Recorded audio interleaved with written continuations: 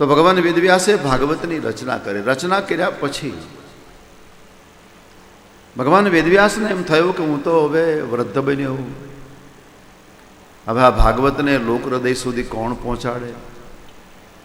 પછી એણે એવો નિર્ણય કર્યો કે ભાઈ કોઈ જન્મથી યોગી મને મળે, જન્મથી યોગી, એને હું આ ગ્રંથ આ કથા આપી દઉં તો એ જગતમાં એનો પ્રસાર કરે.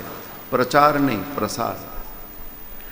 કાન સુધી પહોંચાડવું એનું નામ છે પ્રચાર, અને હૃદય સુધી પહોંચાડવું એનું નામ છે પ્રસાર. પ્રસરી. હવે આનો પ્રસાર કોણ કરે? જન્મથી યોગી હોય એ આ કરે. પછી બહુ યાત્રા કરીને ખૂબ ખોજ કરી, પણ કોઈ જન્મથી યોગી ન મળ્યું. ત્યાગી વૈરાગી યોગી મળ્યા ઘણા, પણ બધા ભોગવ્યા પછીના.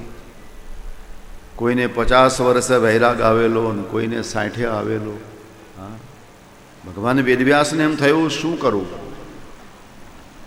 ઋષિઓને પૂછવામાં આવ્યું. ઋષિઓએ કહ્યું કે તમને જન્મથી યોગીની તલાશ હોય તો મહારાજ એક કામ કરો, ભગવાન શિવની આરાધના કરો. શિવ તમારે ત્યાં પુત્ર બનીને અવતાર લે તો આ કાર્ય થાય.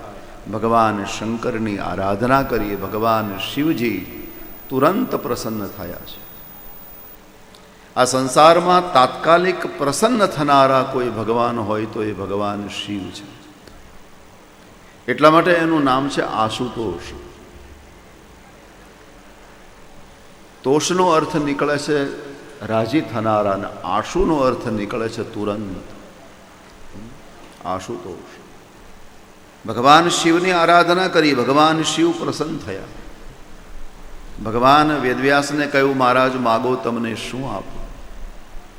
ભગવાન વેદવ્યાસે કહ્યું કાંઈ જોઈતું નથી, મેં એક ગ્રંથ લખ્યો છે, મેં શ્રીમદ ભાગવતની રચના કરી છે, એનો પ્રસાર કરવા માટે તમે મારે ત્યાં પુત્ર બની અને આવો. ભગવાન શંકરે કીધું મને આવું કંઈ ફાવે નહીં, હું બધાનો બાપ છું, મને બેટો કાં બનાવો છો? તમે કહેતા હો તો બાપુજી થાવ. ભગવાન વેદવ્યાસે કીધું બાપ તો છો જ, બેટા બનો તો આનંદ આવે. ના પાડી. ભગવાન વેદવ્યાસે કહ્યું પ્રભુ તમને સમાધિ લાગે છે? એટલે ભગવાન શંકરે કીધું સમાધિનો તો હું અધિષ્ઠાતા છું.